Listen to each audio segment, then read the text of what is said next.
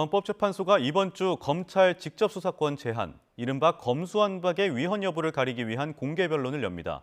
법무부가 검수완박에 대한 부당성과 함께 이미 시행되고 있는 검경 수사권 조정까지 위헌성을 제기하고 있는 상황에서 헌재의 판단이 주목됩니다. 우철희 기자의 보도입니다. 헌법재판소는 내일 오는 9월 시행을 앞둔 검수완박에 대한 첫 공개 변론을 실시합니다. 국민의힘이 지난 4월 청구한 검수완박 권한쟁의 심판과 효력정지 가처분을 판단하기 위해 사안의 중대성을 감안해서 공개 변론을 열기로 한 겁니다. 국민의힘과 더불어민주당 모두 의원들이 직접 참석할 것으로 알려져 치열한 공방을 예고하고 있습니다. 국민의힘은 민주당 출신 민형배 의원의 위장 탈당과 이에 따른 안건조정위원회 무력화 등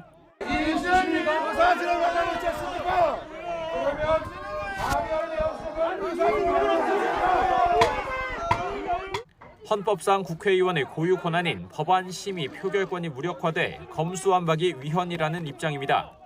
법사위 전체 회의에서 검수완박 법안을 날치기 처리하면서 위장 탈당 등 국회법을 회피하고 사문화시킬 수 있는 모든 편법과 꼼수를 다 보여줬다.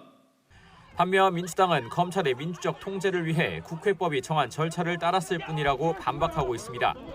국민의힘의 국회 선진화법을 무참히 짓밟는 불법 행위에도 불구하고 인내심을 가지고 국회법이 정한 절차에 따라 이런 가운데 헌재는 국민의힘이 청구한 검수완박 권한쟁의 심판과 지난달 말 법무부의 청구를 병합하는 방안을 검토하고 있습니다. 또 법무부는 권한쟁의 심판을 청구하면서 지난해부터 시행된 경찰의 1차 수사 종결권을 주는 검경 수사권 조정도 위헌을 주장했습니다. 수사와 기소라는 검사 권한의 본질적인 부분이 침해됐다면서 수사권 조정과 검수완박을 담은 개정 검찰청법과 형사소송법 전체를 무효로 해야 한다는 입장입니다. 잘못된 절차를 통해서 잘못된 내용의 법률이 만들어져서 그걸로 인한 국민의 피해가 생기는 것을 막기 위한 불가피한 조치라고 말씀드리겠습니다. 헌재가 사건을 병합할 경우 정부 여당 협공으로 더욱 판이 커질 모양새입니다. 하지만 헌재가 어느 쪽에 손을 들어줄지는 의문입니다. 먼저 권한쟁의 심판에서 이기려면 재판관 9명 중 5명의 찬성이 필요한데 선임 2선의 재판관을 제외한 8명의 재판관이 문재인 정부에서 임명됐고 이 가운데 5명은 진보 성향으로 분류된다는 평가입니다.